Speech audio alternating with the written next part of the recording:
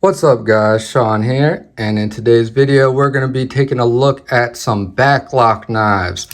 Back-lock knives are a style of knife that I wasn't typically a fan of in the past, and these are all examples of knives that I didn't give a chance until recently, and I found that, I really fell in love with them. I found that they were really good.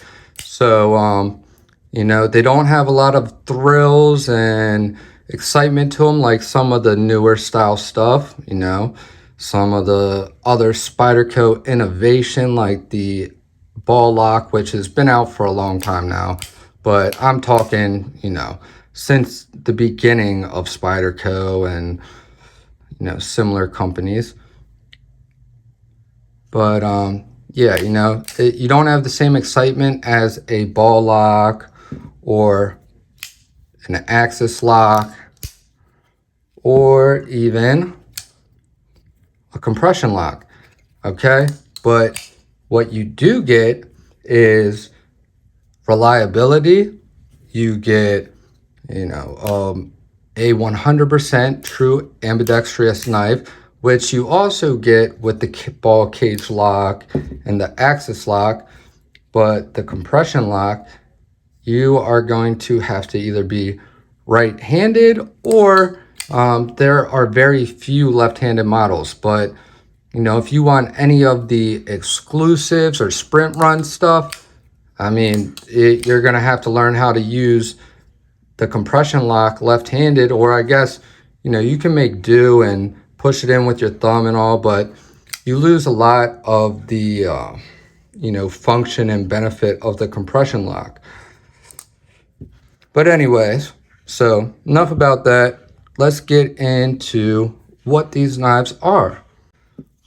Yeah, first off, I'm going to start by showing you guys what I've been carrying the past couple days, and that is this Spyderco Manix 2 in 15V blade steel. I'm really excited to be able to experience this knife, and I don't have a whole lot to say about it yet, because still wearing the factory edge, which mine came super sharp. So I'm going to go ahead and run with that factory edge and, continue to use it and see how it holds up, see what kind of performance I can get out of it with, day-to-day tasks. And that's going to take a little bit of time. So that's something I will be continuing to pay attention to and check out and analyze. And then this is one that's also been in my pocket pretty much every day since I got it. River's Edge Cutlery Manix 2 and CTS 204P blade steel, which is very similar, almost the same as CPM 20CV and Bowler M390. So yeah, same family. And then right here, this is one that I've been carrying almost every day recently. I got this one for Christmas. This is the Spyderco Endura. And this one happens to be in K390 blade steel. And it features a really huge Wharncliffe blade. So you get a ton of cutting edge on this one. And another cool thing about this model, you don't have that forward finger choil. So you get a ton of cutting edge in a smaller profile. So that's pretty cool also. And these back-lock models are manufactured in Seiki City, Japan.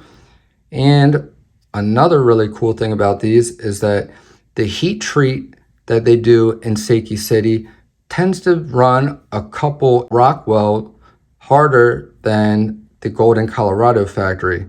So these Enduras in K390 have been known to come in around, between 65 to 67 HRC, which is really, really good for a production knife.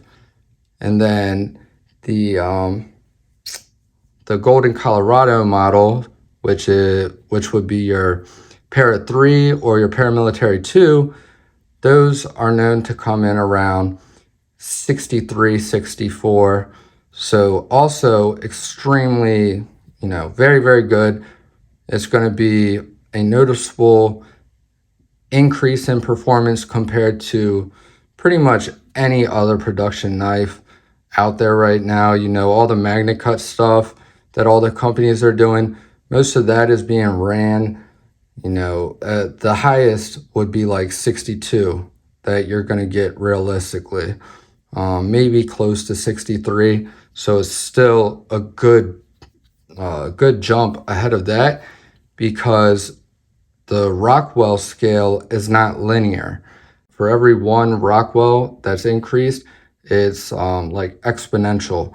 So the gain in performance from 60 to 61, or 61 to 62, 62 to 63, that increase gets larger and larger.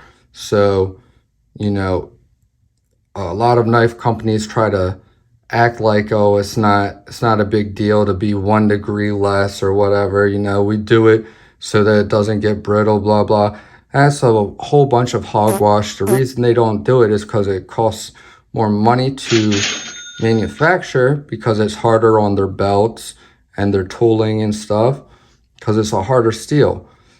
It when you're talking about something like K390 or magnet cut, it's not going to become brittle and just crumble, fall apart when you go to use it. So, that's kind of a cop out.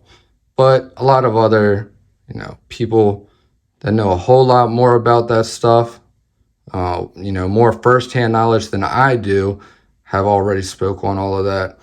But that's just something that I really respect about Spyderco and appreciate, is that you can get some really top level performance out of the different blade steels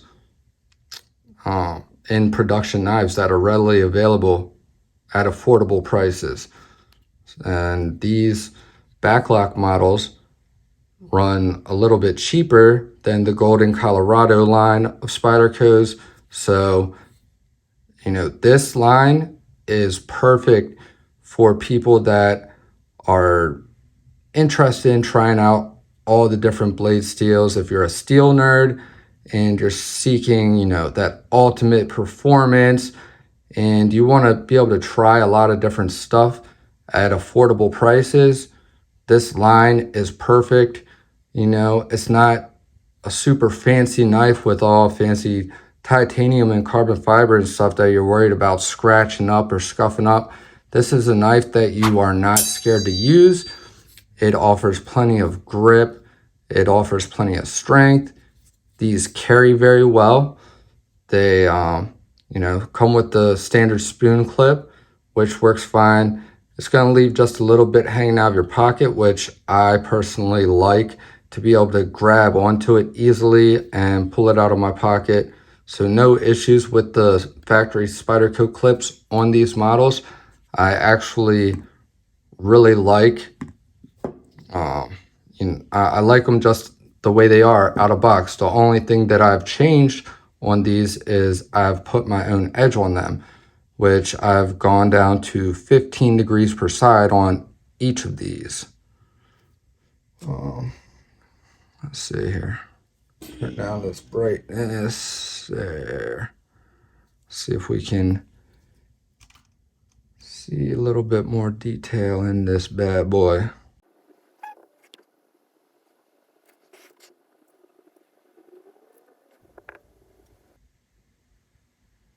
All right, so that's about as good as we're gonna get with the current lighting situation.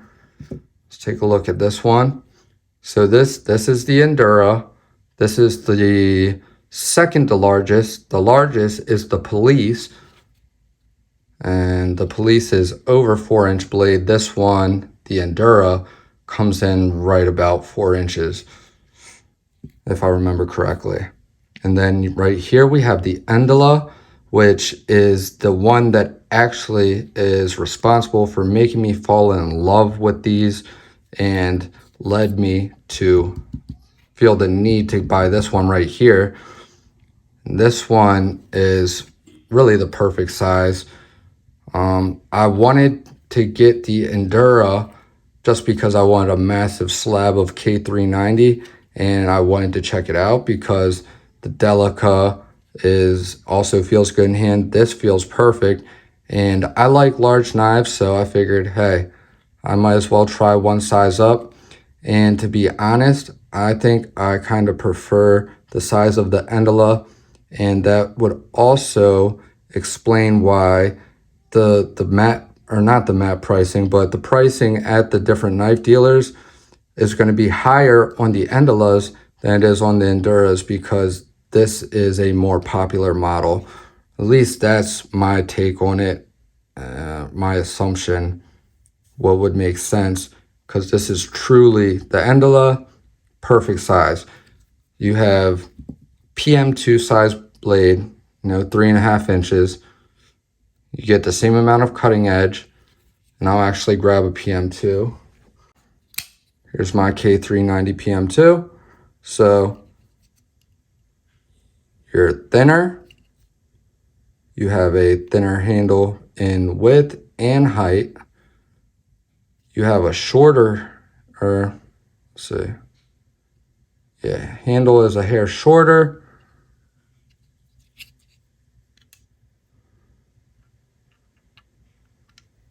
You get exactly the same amount of cutting edge. Actually, you might even get more because it doesn't have this forward finger choil. So it's either the same amount of cutting edge, possibly a hair more.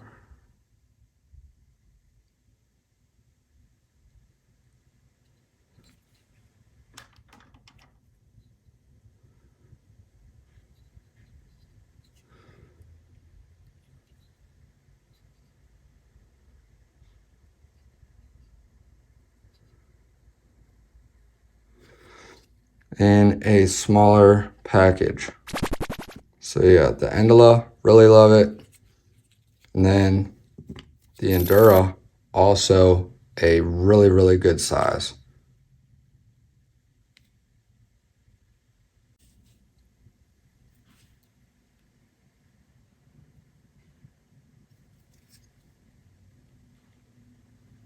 There we go. I think this lighting might work a little bit better. But this is the smallest that I would go and actually find it useful. The Delica it feels really, really good in hand. Endela, even better, because I have just that little extra bit of room to move around. I don't feel cramped up. And you have about an inch more cutting edge, or half an inch. Yeah, something like that. And also with a larger size handle and larger blade, you also get a little bit more leverage. So you get the sensation that it's taking less resistance to cut through material simply due to the leverage, the increased leverage that you get with a longer handle. So there is that also. But not only that, you are also getting a thinner blade stock. Not by a ton, but I mean, it's a decent bit. So thinner blade equals better cutting performance. Now it is a shorter blade grind compared to the PM2. So, you have less distance to taper down, but it tapers down a little bit thinner behind the edge than the Paramilitary 2 does. So you do still get an increase in the cutting performance as far as, sliciness goes, and, less resistance going through material. So these, combined with a nice precision edge, are amazing EDC knives. And for a long time I didn't try these because I thought the Back-Lock just wasn't fidgety, or I love knives as cutting tools, but let's be honest, we all like to flick our knives sometimes. So some of us are worse than others, but this Back-Lock is really nice. Spyderco does an excellent job with it, much better than any other company's Back-Locks that I've experienced because they are very easy to press in. They are comfortable. It's not hard on your thumb, okay? They do a really nice job with that. Push it, drops down. You can do it one-handed. You don't have to worry about the blade cutting you because you see what part is landing on your finger. And then you just move your fingers out of the way, drop it down, or you can fling it down. But I find it easier just to, I kind of like just pushing it down. Drop it, push it down with my thumb. Carries really well. These are very light, very thin.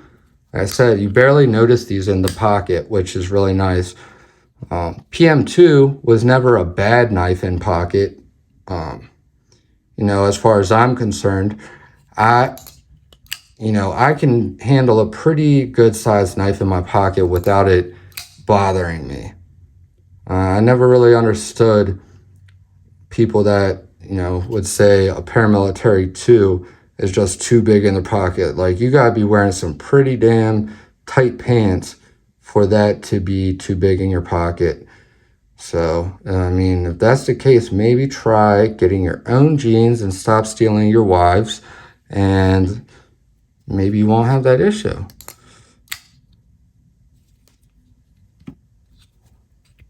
But, I mean, these are cool though. It allows you to get a knife, even say like the Endura. This might be larger than what you would normally carry, which is almost the case for me too. Even though I carry large knives, this gets into the category of what I would consider like extra large. Once you get around that 4-inch blade mark, I consider that an extra large knife. But let's close this up. Now, this one has a little bit wider of a profile when closed because of it being the Wharncliffe blade. But if you get the standard blade, you can see you have a good bit of that is taken away. So typically these are very nice and slim in pocket. This one's going to be a little bit wider, but it's still thin. So it's not going to, it doesn't really press up against your leg or anything. You barely feel it. That's a lot of capability in the pocket for the weight and the price and just everything. And like I said, it's truly ambidextrous. I'm right-handed. I'm now holding this in my left hand. You can just, you know, fling the blade down like that. Boom. 100% ambidextrous. So whether you're right-handed or left-handed, these are great. It has 4-way reversible pocket clip, which you do not need to change out. You can if you want to.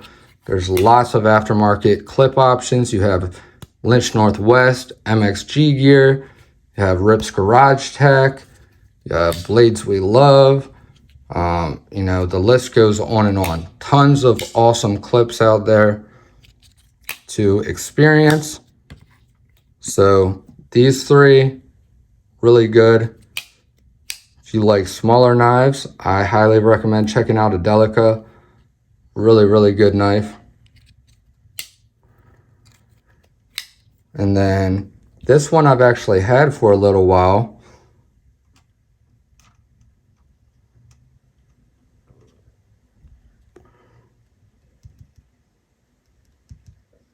This is the Blade HQ exclusive Native Chief in CPM M4 blade steel, which you can see I've also sharpened this one.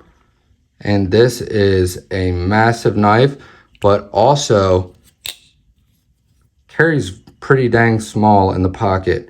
It's going to be a little bit thicker than these, but the fact that you don't have a gap between the lock or the, you know, the lock mechanism like that, you don't have that open construction. So it's closed back due to the way the lock system is, which allows it to be thinner. You don't need as wide of a handle because you don't have 2 liners and then 2 scales. It's just more like one, somewhat, I guess you could consider it a liner, but it's more like a back spacer and then the lock mechanism, which also helps reinforce the handle. And then you have your pivot, of course, and the blade sits in between. So, I mean, it's a very sturdy platform, but this one right here has amazingly smooth action. This is from Spyderco's USA line and is part of the Native family. This is the Native Chief, which is the largest. You also have the Spyderco Native, the Little Native, and the Spyderco Shaman is also in the Native family, which the Shaman is one of my all-time favorite knives. But this one right here has the smoothest, smoothest back-lock disengagement that I've ever experienced. I mean, it's like butter. You could do this all day and it doesn't, there's no hot spots or sharp spots that push in against your thumb bone. Like, this is super nice. And you also get a ton of capability in a smaller package than what you would typically need for a knife this size, because we have a thinner handle profile both in width and height.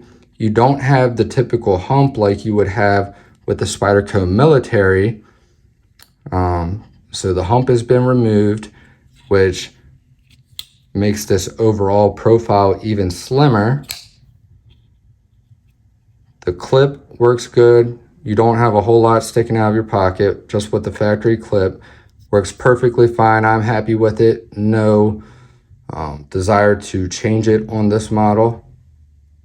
Then you have over 4 inches of cutting edge, and you also have a forward finger choil. So this one, you have a lot longer of a handle than the others, but that also can work to your advantage because it allows you to get that much more leverage.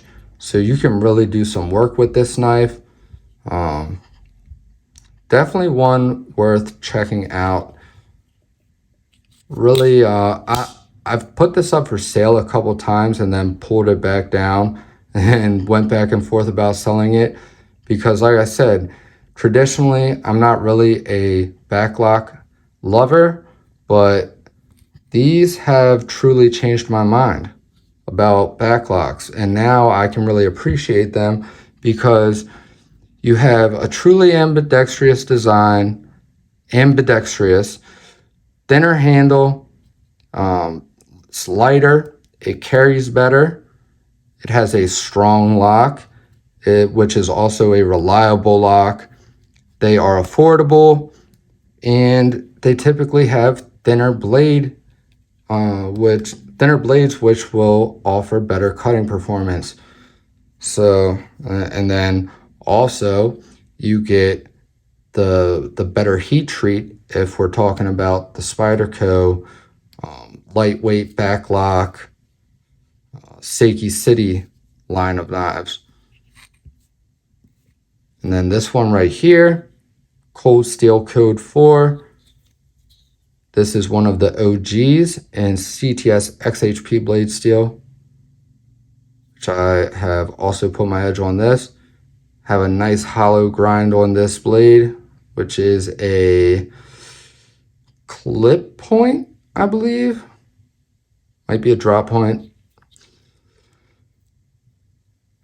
Nice hollow grind. And then this knife is built like, it feels like it's a tank. It's built like a tank, extremely overbuilt, but it is extremely thin, like incredibly thin. Thinner, look how much thinner it is than this.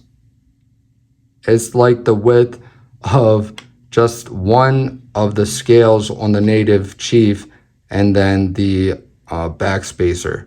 That's the full width of this thing. And that is absolutely incredible. The only downfall with this one is it takes a lot more force to push in this back lock which this is the triad lock. But the benefit to it is that it's like the world's strongest lock. So I got to tend to my baby girl, but you guys get the picture, I hope. And maybe the whole point of this video was to share these things with you in case any of those features or characteristics, benefits, or whatever appeal to you. And it sounds like it might be something that you are interested in trying, or you might actually like. To encourage you to go ahead and pull the trigger and give these a try, because they are very good knives. And I don't think you'll be disappointed. I think you'll probably be pleasantly surprised like I was. So that's going to wrap it up for this one. I don't want to keep my baby waiting any longer. But thank you all for watching. Hope you guys got something out of this video. I love you. Jesus loves you. Stay tuned, and I'll see you guys in the next one. Peace.